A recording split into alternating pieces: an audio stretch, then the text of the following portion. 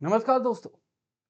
North Korea के पास nuclear weapons है। दुनिया कहती है कि तुम्हें छोड़ना पड़ेगा nuclear weapons. Fair enough, demand सही है। लेकिन जुलाई 11 को इस व्यक्ति किम जोंग उन ने एक बहुत ही अजीब सवाल रखा।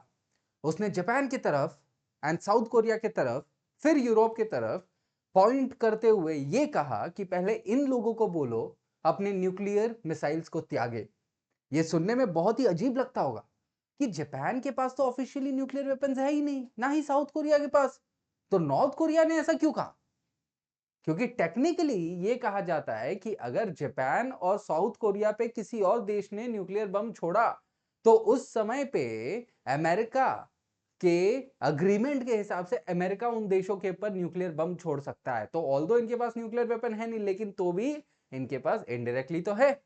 और नेटो के अंदर ये सीधा सीधा कहा गया है कि अमेरिकन न्यूक्लियर वेपन्स यूरोप में डिप्लॉय किए जा सकते हैं। न्यूक्लियर शेयरिंग का एक सिस्टम है।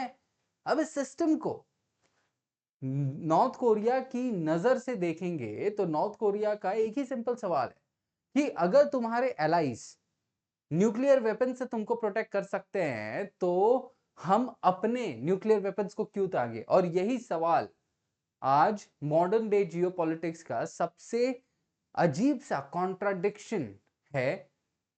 क्योंकि दुनिया कहती है कि उसे न्यूक्लियर वेपन्स कम चाहिए, लेकिन दुनिया की सिक्योरिटी का सबसे बड़ा हिस्सा अभी भी न्यूक्लियर वेपन्स पे ही डिपेंड करता है। इससे इस सब को समझने के लिए सबसे पहले न्यूक्लियर वर्ड को ही अपने को समझना पड़ेगा, जिसको हम जो तीन फ्लोर का मंजिल होता है ना, उसके हिसाब से समझ सकते हैं। अब सबसे पहली चीज अपने ये समझते हैं कि सबसे ऊपर वाला मंजिल अमेरिका, रशिया, ब्रिटेन, फ्रांस जैसे जो देश हैं जिनके पास न्यूक्लियर वेपन्स हैं। अब ये जो 5 देश होते हैं, इतिहास कहता है कि जो ये न्यूक्लियर नॉन प्रोलिफरेशन ट्रीटी इन देशों ने साइन करी है, और ये ट्रीटी डिफाइन करता है कि जो न्यूक्लियर वेपन स्टेट है ना, ये वो लोग हैं जिसने भी जनवरी 1 1967 से पहले न्यूक्लियर वेपन्स को मैन्युफैक्चर और एक्सप्लोड कर लिया, बेसिकली वो न्यूक्लियर स्टेट है। और तुम उस न्यूक्लियर स्टेट के कैटेगरी में आते हो जिस भी देश ने ये चीज कर लिया। अब सबसे पहले तो ये लोग हैं। दूसरे कैटेगरी के वो लोग हैं जैसे इंडिया हो गया, पाकिस्तान हो गया, नॉर्थ कोरिया हो गया एंड इजराइल हो गया, जो न्यूक्लियर देश हैं, लेकिन इन लोगों ने कभी भी ये न्यूक्लियर नॉन प्रोलिफरेशन ट्रीटी को जो है ना, इन लोगों ने साइन नहीं किया। अब इजराइल भी वैसा ही है। अब फिर आता है तीसरा जो कैटेगरी ऑफ कंट्रीज है ना, वो कंट्रीज है जो ऑफिशियली अपना न्यूक्लियर आर्सनल रखते ही नहीं है, लेकिन वो कंट्रीज जिनके पास न्यूक्लियर आर्सनल है उनके द्वारा इन कंट्रीज को प्रोटेक्ट किया जाता है। जैसे कि जापान हो गया, साउथ कोरिया हो गया एंड जो नेटो के एलाइज हो गए, उनके पास न्यूक्लियर वेपन्स होते नहीं है लेकिन प्रोटेक्ट किए जाते हैं। लेकिन कोई अगर गन लेकर उनकी रक्षा का वादा करता है तो ये भी तो न्यूक्लियर डिटरेंस ही हुआ। तो सिंपल लैंग्वेज में अमेरिका अपने एलाइज से कहता है कि अगर तुम पे एक्सट्रीम अटैक होता है, उससे ये पॉसिबिलिटी कंसिडर करनी पड़ेगी कि वो एक्चुअली अमेरिका के न्यूक्लियर पावर को फेस कर रहा है। एलआई को अपना बॉम्ब नहीं चाहिए, अमेरिका का बॉम्ब कैलकुलेशंस के हिसाब से उस पर लागू हो जाता है। अब अगर हम इसी कैटेगराइजेशन की बात करें तो नॉर्थ कोरिया के नजरिए से अगर आप देखोगे तो 5 कंट्रीज नॉर्थ कोरिया के हिसाब से ऑफिशियली न्यूक्लियर पावर्स है। अमेरिकन एलाइज न्यूक्लियर अम्ब्रेला के अंदर हैं। नॉर्थ कोरिया कह रहा है पहले तुम लोग डिसआर्मामेंट तो करो, पहले तुम लोग न्यूक्लियर आर्म्स तो छोड़ो, फिर हमसे बात करना। अगर तुम सीरियसली एक्सपेक्ट कर रहे हो कि हम इस छोड़ दें तो तुम भी तो छोड़ो। लेकिन नॉर्थ कोरिया ये बहुत पहले से बोलते आ रहा था, लेकिन अभी भी वो बहुत सही टाइम पे बोला है। क्योंकि रीसेंट लेवल पे क्या हुआ है कि अंकारा, दैट इज यहां पर तुर्की के अंदर रिसेंटली नेटो का समिट हुआ, और इसी नेटो के समिट में आज ये जो नॉर्थ कोरिया है उसने ये चीज कहा कि भाई, क्योंकि हमेशा से नॉर्थ कोरिया के ऊपर यही डिमांड्स चलते आई हैं कि भाई तुमने ये जो न्यूक्लियर है ना उसको हटा देना। तो इस बार जो किम जोंग उन ने एकदम सोच समझ के ये चीज कहा कि भाई ये चीज है ना दुनिया तक पता रहनी चाहिए।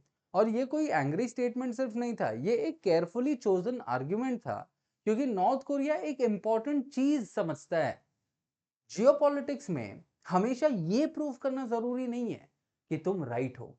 कभी कभी सिर्फ ये दिखाना काफी होता है कि तुम्हारे अपोनेंट का अग्रीमेंट, जो तुम्हारे अपोनेंट का आर्ग्यूमेंट है ना, वो उचित नहीं है। वेस्ट हमेशा से कहते रहा कि न्यूक्लियर प्रोलिफरेशन डेंजरस है। नॉर्थ कोरिया कहता है मानते हैं न्यूक्लियर नहीं होना चाहिए, तो फिर पहले अमेरिकन वेपन्स को तो बंद करो, यूरोपियंस के पास कुछ हथियार हैं उसे तो हटाओ। वेस्ट कहता है कि न्यूक्लियर डिटरेंस वॉर को रोकता है। नॉर्थ कोरिया कहता है बिल्कुल, मैं भी तो वही बोल रहा हूं कि न्यूक्लियर वो गारंटी देता है जो वॉर नहीं होने देता है, इसीलिए हमें भी तो वो चाहिए। फिर वेस्ट कहता है कि तुम न्यूक्लियर वेपन्स के साथ ट्रस्टेड नहीं हो सकते। नॉर्थ कोरिया पूछता है कौन डिसाइड करेगा कि तुम पे भी ट्रस्ट किया जा सके। और फिर सडनली वेस्टर्न कंट्रीज को ये जो डिबेट होती है वो अनकंफर्टेबल लगने लगती है। लेकिन समझने के लिए कि नॉर्थ कोरिया वॉलंटरीली अपना armed nuclear Arsenal current conditions में सरेंडर क्यों नहीं करेगा। बॉम्ब को वेपन की तरह सोचना बंद करना पड़ेगा, क्योंकि किम जोंग उन के लिए बॉम्ब जो है ना वो एक इंश्योरेंस पॉलिसी है। सोचो, तुम अगर नॉर्थ कोरियन लीडरशिप में होते, इकोनॉमिकली आइसोलेट किया गया है तुमको दुनिया से, सैंक्शंस लगाए गए हैं नॉर्थ कोरिया पे। साउथ कोरिया अमेरिका का सबसे अलाइड फ्रेंड है, अमेरिकन ट्रूप्स वहां पर स्टेशनड है। जापान एक मेजर यूएस एलाई है, और डेकेड्स तक तुम्हारा यही बिलीफ रहा है कि वॉशिंगटन जो यूएसए है अल्टीमेटली तुम्हारा जो राज है ना उसे खत्म करना चाहता है।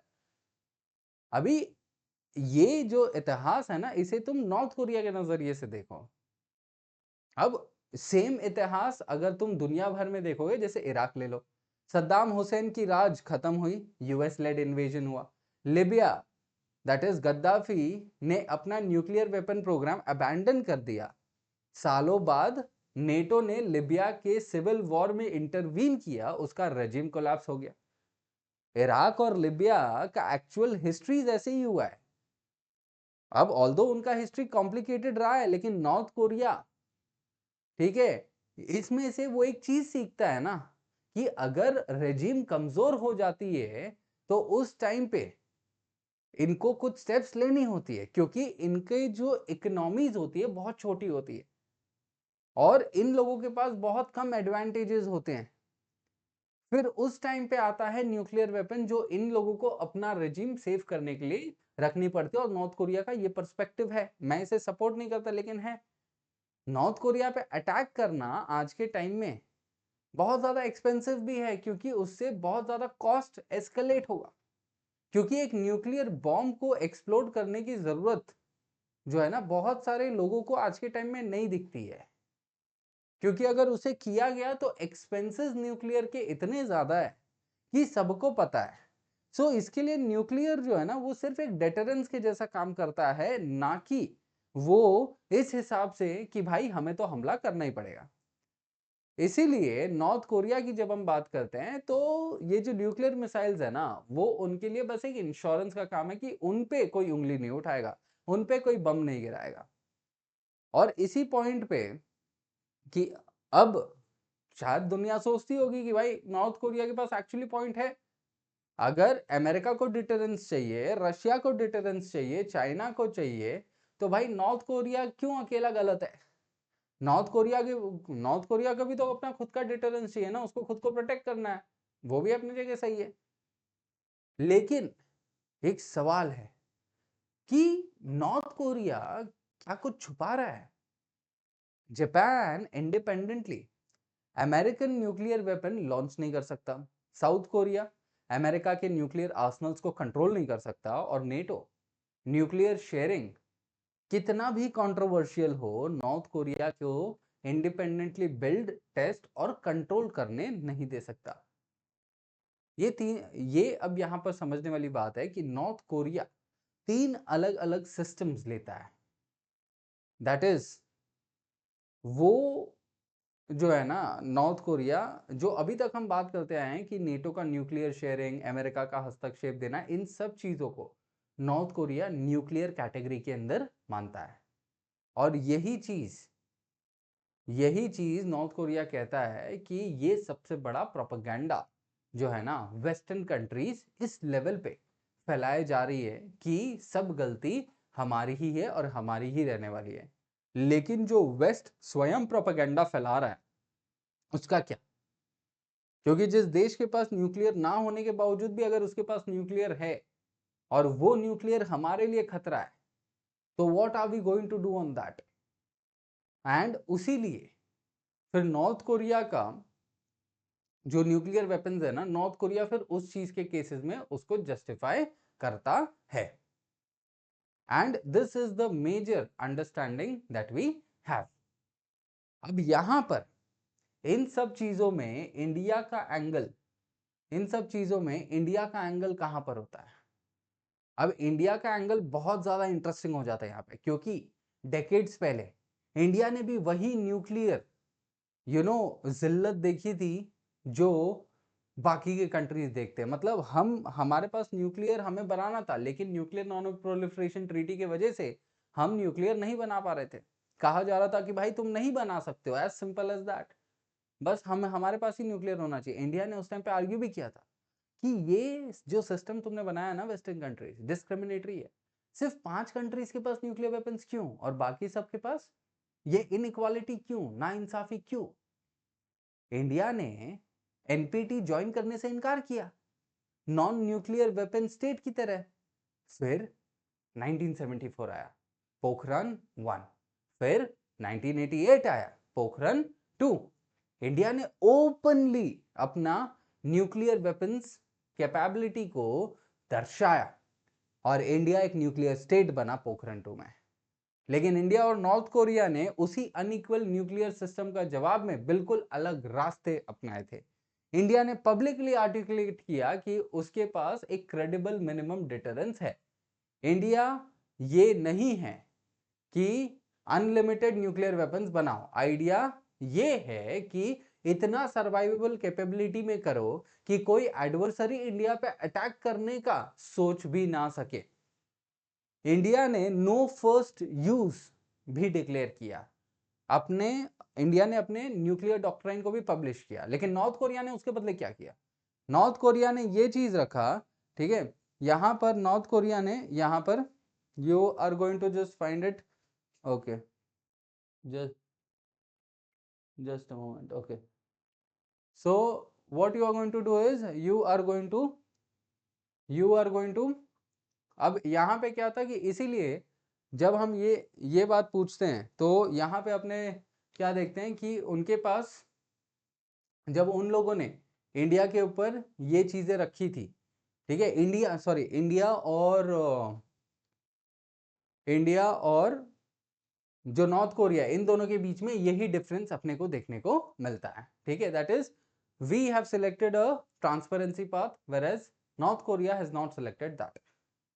अब यहीं पे नॉर्थ कोरिया का फिर से ये जुलाई 11 का स्टेटमेंट समझ सकते हैं हम कि वो जब ये सवाल उठा रहा है, एक्चुअल में उसे सवाल तो उठाना चाहिए, because this is the question that is going to raise a lot of much more questions कि why do we actually think that North Korea should reduce its particular nuclear arsenal whereas the western countries would not.